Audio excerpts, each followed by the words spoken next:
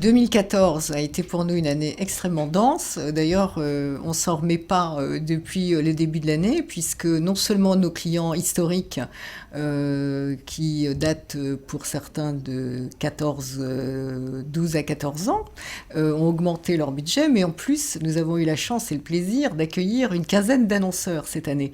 Donc, dû en grande partie à nos idées novatrices qui ont fait qu'on a pu prospecter d'une façon plus jeune et plus dynamique dans notre univers. Pour bien comprendre la philosophie de l'agence, en fait, quand on va voir des nouveaux annonceurs ou des prospects, en fait, on travaille sur une logique de triptyque qui est très axée autour de l'efficacité. D'abord l'efficacité en termes d'impact, de distribution de contacts, de pression, de montée en puissance des campagnes. Efficacité après en termes de retour sur investissement, parce qu'évidemment on travaille avec la data, on a beaucoup travaillé en 2014 sur l'analytics et mise en place des gros systèmes d'implémentation des campagnes et d'efficacité sur les ventes, sur les pure players, etc.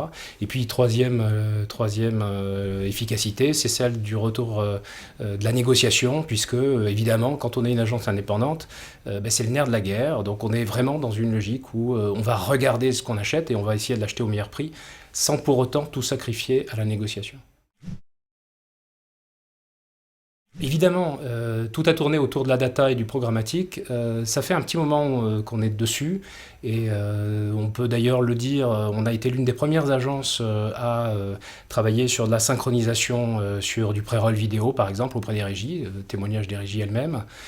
Ensuite, on a beaucoup travaillé sur l'analytics, sur l'implémentation des sites des clients, mais on travaille aussi sur des approches sur de la conso, sur des données de food via des panels conso, où on croise énormément de choses. Alors on le croise au niveau bien évidemment des médias qu'on a l'habitude de le faire, TV, radio, web, mais on le croise aussi dans une approche cross-canal.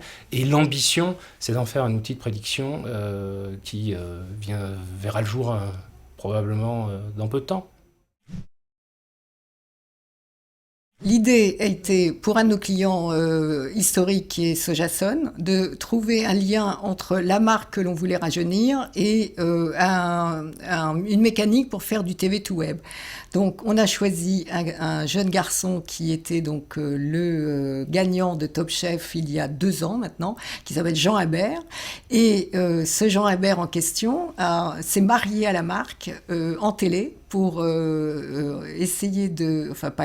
pour faire un trafic de la télé web et de faire surtout un trafic sur tout ce qui était Facebook, Twitter et tous les réseaux sociaux. On a fait quelque chose d'extrêmement puissant en télé qui a fait que le principe de la connexion s'est fait automatiquement.